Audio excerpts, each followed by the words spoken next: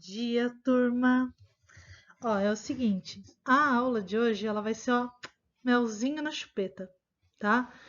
Ela vai ser uma aula introdutória sobre os nossos estudos a respeito de anatomia vegetal, que significa o estudo das células e dos tecidos vegetais, tá? E de fisiologia vegetal. A gente vai unir essas áreas do conhecimento da botânica. Então, a gente vai ver como se estruturam os tecidos dos vegetais e como eles funcionam, tá? Essas aulas vão acontecer pelos próximos vários meses até o final do ano, tá? São as próximas duas apostilas. E a aula de hoje é uma aulinha rapidíssima, só para introduzir o conhecimento para vocês, para apresentar o tecido para vocês. Depois a gente vai ter a gente vai falando, vai retomar esses tecidos e explicando detalhadamente como eles vão atuar, tá? Só que com mais detalhes. Tudo bem? Fiquem tranquilos, aula super tranquila. Então bora lá, pessoal. Primeira coisa que a gente tem que retomar, como que é uma célula geral do reino vegetal, tá? Esse esquema de célula geral, ele vai conter algumas organelas próprias, né? Por exemplo, a presença, então, de cloroplastos, tá? Bastante cloroplasto, geralmente, no citoplasma, né? As organelas do cloroplasto. Um vacúolo grande nessa célula. Essa célula, além da membrana plasmática, ela vai ter uma parede celular rica em celulose e vai ter os outros componentes normais que a gente vê também em células animais, por exemplo, mitocôndrias, um núcleo organizado com carioteca, tá? Super tranquilinho, só para a gente retomar. Esse é o esqueminha geral que eu preciso que vocês saibam. O que vai diferenciar, então, uma célula vegetal? Presença de parede celular celulósica, presença de vacúolo e presença de cloroplasto. Agora vamos ver os tecidos, né? Vamos relembrar, então. Tecidos vão ser conjuntos de células que têm determinadas funções, né? E o órgão vai ser o conjunto de diferentes tecidos, tá? Então vamos lá. Tecido, pessoal, a gente vai ver alguns dos vegetais.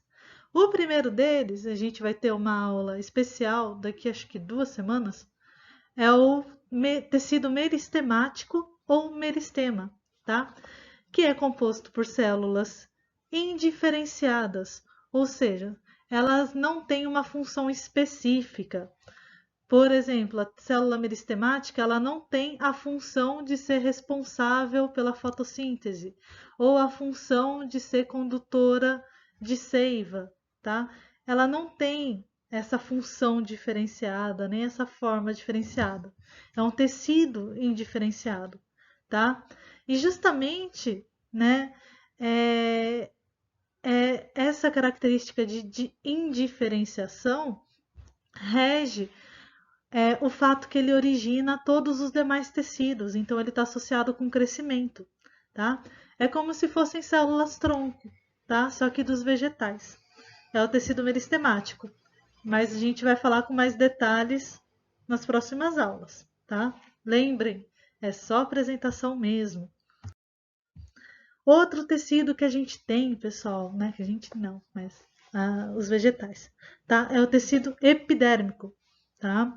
Esse tecido epidérmico já acho que já dá a entender para vocês do que a gente está falando, né?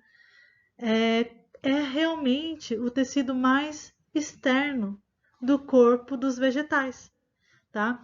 E esse tecido é feito por uma camada externa de células vivas. Desculpa se está fazendo muito barulho no áudio, mas o pessoal aqui em Botucatu acabou a quarentena, pelo menos eles acham que acabou. Eles estão fazendo os racha pela avenida, tá insuportável, tá? Desculpa esse problema no áudio. Vamos lá.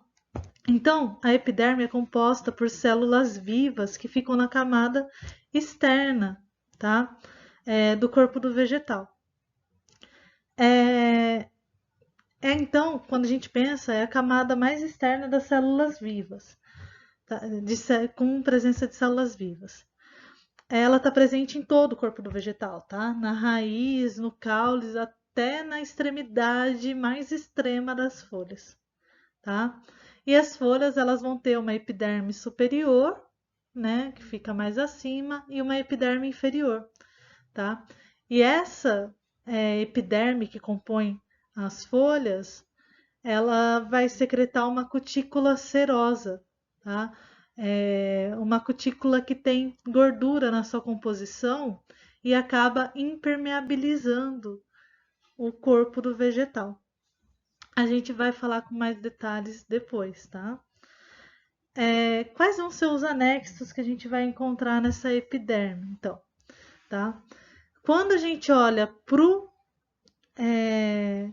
para a raiz, tá? A epiderme vai compor os pelos absorventes, tá? Absorventes, o que vocês acham que ele faz? Controla a menstruação? Não, tá? Ele vai absorver o quê? Né? A raiz vai absorver água e os sais minerais do solo, tá? E vai acontecer essa absorção, a priori, a princípio, pelas células da epiderme, tá? Então, deixa eu desenhar aqui para vocês. Aqui, nessa fotografia aqui, microscopia, vocês estão vendo esse pelinho meio transparente aqui? Isso é uma célula da epiderme, tá? Que se alonga formando o pelo absorvente, tá? Na raiz, a gente vai ter um conjunto de pelos absorventes numa região que a gente vai chamar de zona pilífera, que vem de pelo, tá? Por ser prolongamento, a gente chama de pelo, tá?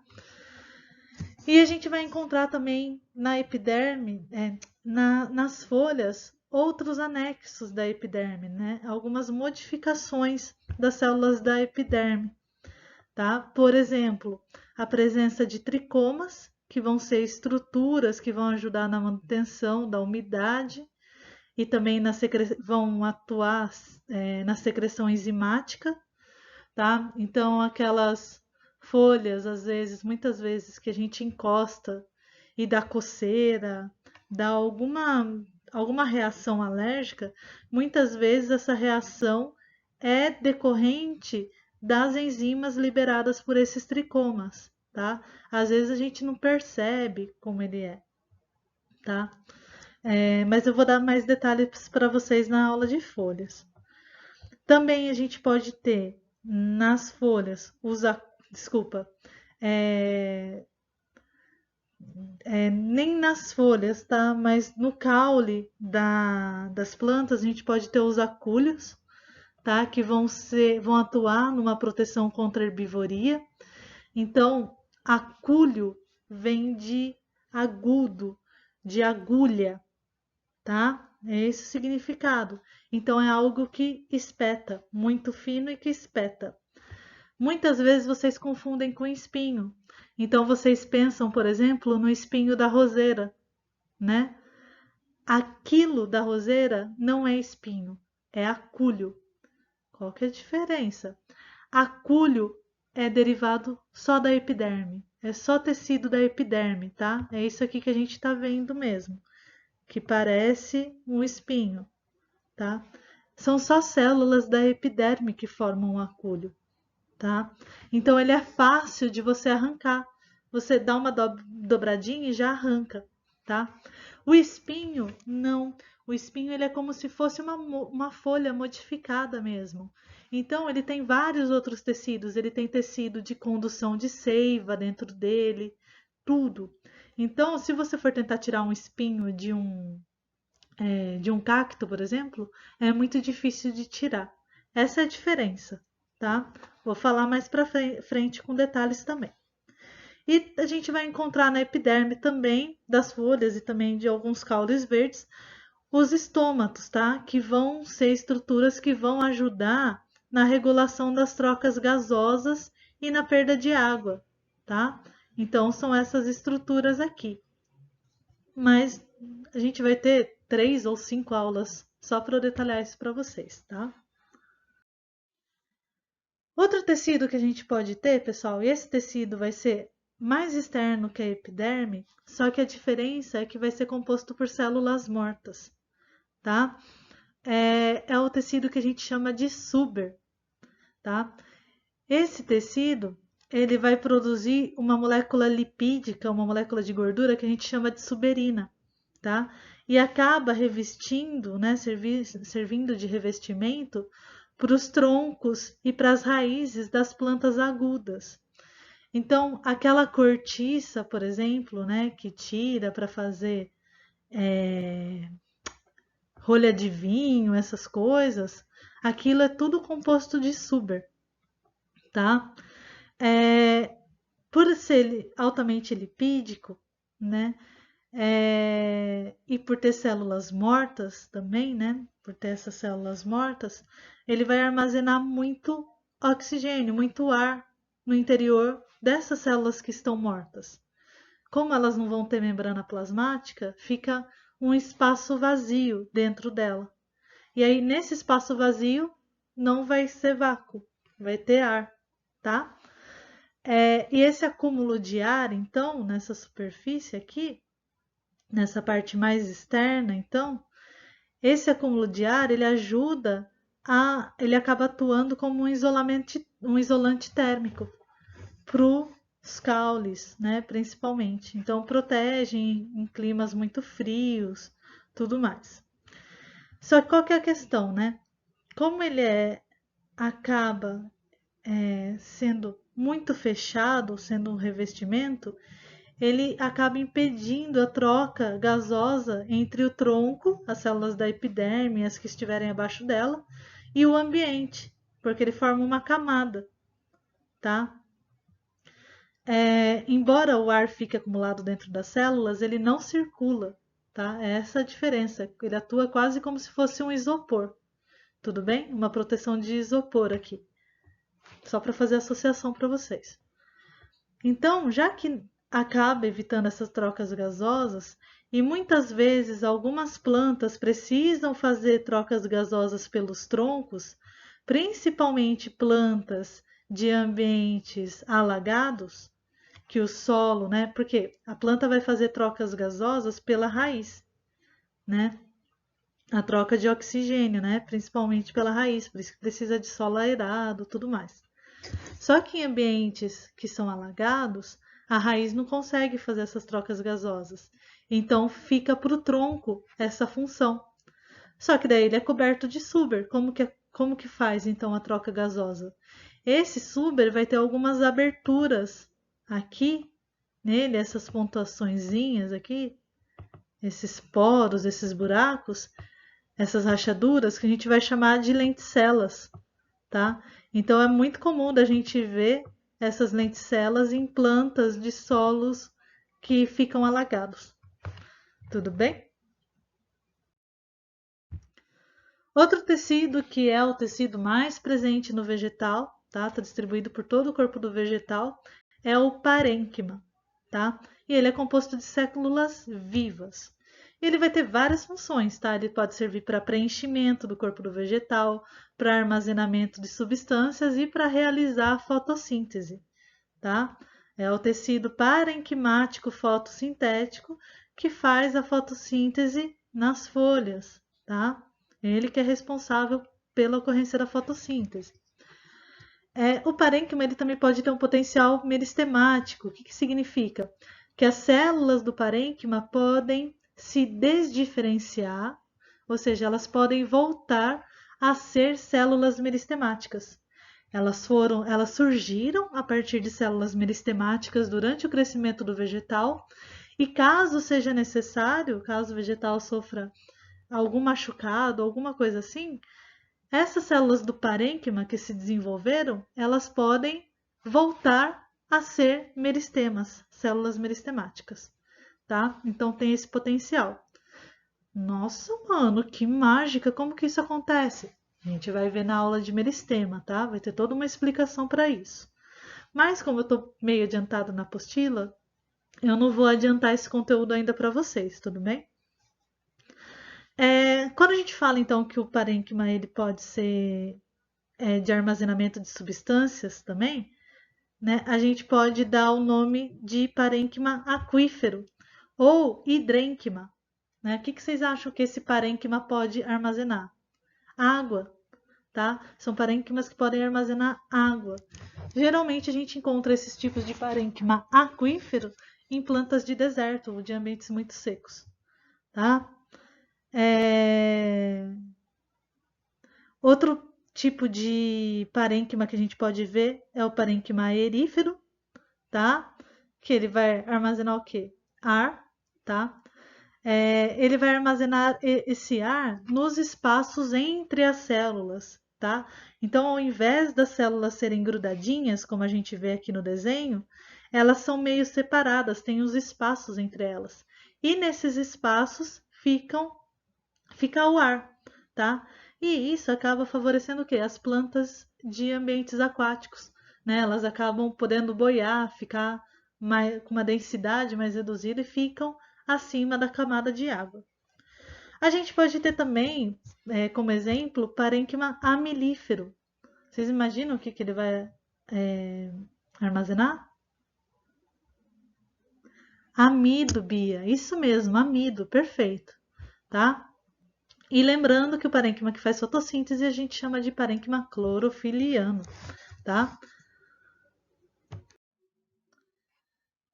Agora, o tecido fundamental, pessoal, dois tecidos de sustentação também, tá? Bem clássicos de sustentação. Um tecido que a gente vai chamar de colênquima. Então, é o colênquima, tá? Ele é composto de células vivas, tá? E essas células vivas, elas têm muita deposição de celulose na parede. Então, vocês estão vendo aqui em pretinho, bem escuro, né? Esse escurinho aqui na coloração é celulose, tá? Então, essas células elas têm muita celulose na parede. E essa celulose ela dá um aspecto de um pouquinho de rigidez, né? Ela deixa a parede mais rígida mesmo. É um tecido então que está associado com sustentação, tá? Só que o que acontece? Esse colênquima ele está mais associado com a sustentação de estruturas jovens. Por exemplo, as folhas que estão surgindo, galhos que estão surgindo, tá? Ele tende a ser mais externo no corpo do vegetal e ele é um pouquinho mais flexível, tá? Então é isso que permite, né? Justamente esse tecido que permite que quando bata o vento, a folha se movimente com o vento, mas não necessariamente que ela caia, tá? Ela consegue ainda ficar preso no corpo vegetal, tá? Mas ainda assim é flexível, tanto é que a gente vê a folha mexendo, tá bom? E o outro tecido de sustentação que a gente vai ter é o esclerênquima. Só que o esclerênquima é composto de células mortas, tá? Por que essas células mortas, porque essas células são mortas, tá? Porque essas células elas vão ter um acúmulo de lignina na sua parede. E essa lignina é uma substância que ela é muito impermeável. Então, o que acontece? Aqui, ó, a gente tem em rosa o esclerênquima. Estão vendo? Olha como ele é grosso. Compara com o colênquima. No colênquima, a gente vê as deposições de celulose mais tipo nas pontas assim da célula, né?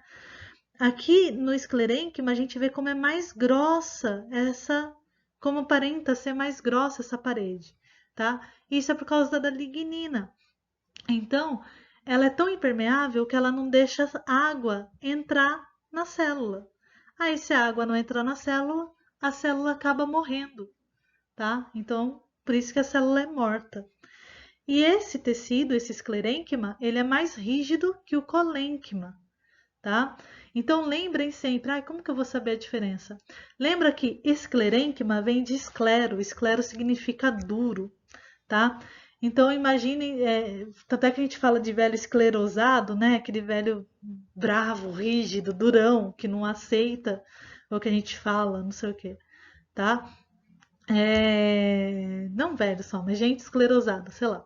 É gente rígida, tá? Então, lembrem dessa maneira, fica mais fácil de lembrar. Esse tecido do esclerênquima, ele vai ter dois tipos celulares, tá? As fibras, que vão ser células bem alongadas e vão ficar ao redor dos vasos condutores, ajudando também na sustentação da planta e na sustentação desses vasos. E as esclereídes, que vão ser células de várias formas, tá? Tem forma de estrela, forma redonda, forma de poliedro, tudo. Ai, eu fazendo propaganda de outra escola, aquelas brincadeiras. E essas esclereídes, elas são células mais externas, tudo bem? E aí, os dois tecidos finais que a gente vai ter são os tecidos de condução. E a gente vai ter aulas específicas para cada um deles, tá? Mas apresentando eles para vocês. O primeiro tecido de condução que a gente vai ver é o xilema, ou lenho, né? Ele vai fazer a condução do que a gente chama de seiva bruta, né? Pegar a água e os sais minerais do solo e transportar até as folhas, né? Para possibilitar que aconteça a fotossíntese, né? Favorecendo com que aconteça a fotossíntese. Então, de maneira geral, ele ele conduz a seiva para Shima. Nunca mais vocês vão esquecer, tá? Outro nome que a gente pode dar para ele é lenho. Na apostila de vocês, como que tá? Tecido composto de células mortas, tá? Qual que é a definição mais certa que a gente pode dar? Ele é um tecido complexo, formado por células vivas, por exemplo, células de parênquima podem ajudar na formação desse tecido, e células mortas, principalmente, que são as células que a gente vai dar destaque, tá? Então, as principais células do xilema são células mortas, tá? Eu não posso falar que o tecido é um tecido morto, porque ele tem células vivas atuando, tá? Mas as que a gente dá mais destaque, as que vão fazer a condução de seiva e tudo mais, são células mortas, tá? Gravem isso. Precisa que vocês gravem, tá? E como que eu vou saber? Lembra que a célula morta, ela teve na vida um grande X de xilema, tá? Pronto. Lembrou. Perfeito? Tipo de seiva que conduz é o que vocês chamam de seiva bruta. Deixa eu contar um segredo aqui para vocês, que eu também descobri recentemente com as minhas amigas da botânica. Não é tão atual, correto a gente falar seiva bruta, tá? O certo é a gente falar mais seiva do xilema. Só que ainda aparece para vocês, tá? Ou pode aparecer como seiva inorgânica. Por quê? Porque a principal composição dessa seiva, né, desse líquido que o xilema conduz, é a presença de água e sais minerais, né, que são provenientes do solo. Só que cá entre nós aqui, o xilema também pode conduzir os hormônios produzidos pelas plantas. Sim, as plantas produzem hormônios, a gente vai ver isso. E também aminoácidos que elas produzem, tá? Então, tem um componente orgânico, tá? Por isso que é legal diferenciar, falar só como seiva do xilema, tá? Se vocês falarem isso no vestibular e o corretor for um professor que está atualizado com as coisas, nossa, o cara vai pagar pau para vocês, tá? E para mim, que eu sou professora também. Vamos lá. Então, as principais células são mortas, né? Por causa de impregnação de lignina. Lembra? Lignina extremamente permeável, não deixa a água passar, tá? Então, acaba que as células do xilema, o tecido do xilema, acaba atuando na sustentação também, tal qual o esclerênquima, tá? E na condução dessa seiva do xilema.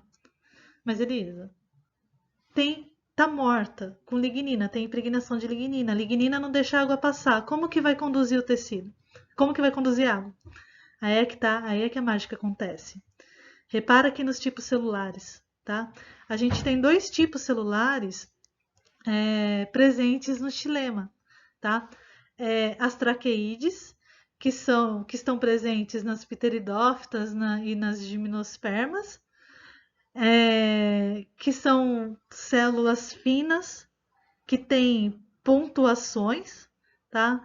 Como se fossem furos na sua parede, tá? Desculpa, tá aqui as traqueides. Como se fossem furinhos na sua parede, tá? Por onde a água consegue passar, a água com sais minerais, tá? Permitindo o fluxo de seiva, aqui o caminho vermelho, tá?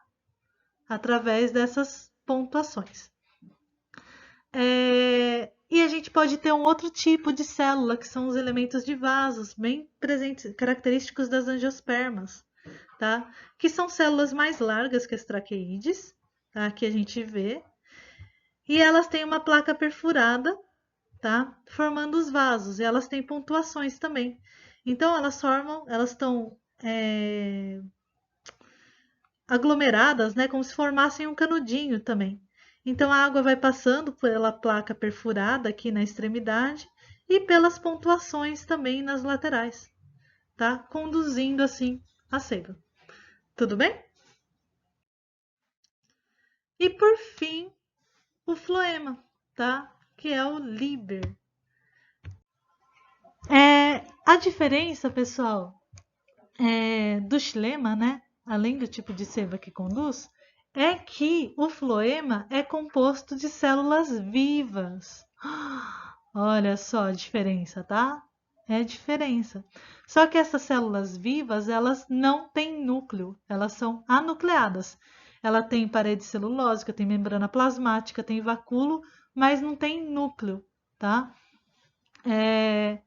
E essas células do floema, a gente tem dois tipos, tá? No reino vegetal, que são as células crivadas, presentes nas pteridófitas, nas gimnospermas, e os elementos de tubo crivado, presentes nas angiospermas, tá? E o que vai acontecer, né? Porque a gente fala crivo, crivo significa furo, tá? Igual quando a gente fala que alguma coisa foi crivada de bala, né? Às vezes a gente vê isso assistindo, sei lá, da Atena. Mas assim, crivado quer dizer perfurado, tá? Então, são células que têm furos também, tem essas perfurações, por onde a seiva do floema vai passar. Essa seiva do floema é o que antigamente se chamava de seiva elaborada ou seiva orgânica, tá? Mas, de novo, agora o mais correto é a gente falar seiva do floema, tá? Por quê? Porque ela vai transportar principalmente açúcares. Mas, assim como a seiva do xilema, ela também transporta aminoácidos, hormônios, água e sais minerais. A diferença é que ela transporta os açúcares produzidos lá no processo de fotossíntese que acontece nas folhas. Tudo bem? O que é interessante a gente saber? Os elementos de tubo crivado ou as células crivadas, elas não têm núcleo, né? Então, elas são circundadas, né, e têm sua atividade metabólica regulada por células companheiras, que são células que ficam na lateral. E essas células têm núcleo. Elas dão suporte, dão nutrição, ajudam na produção do conteúdo da membrana plasmática e do vacúolo, tá? Para as células do tubo crivado.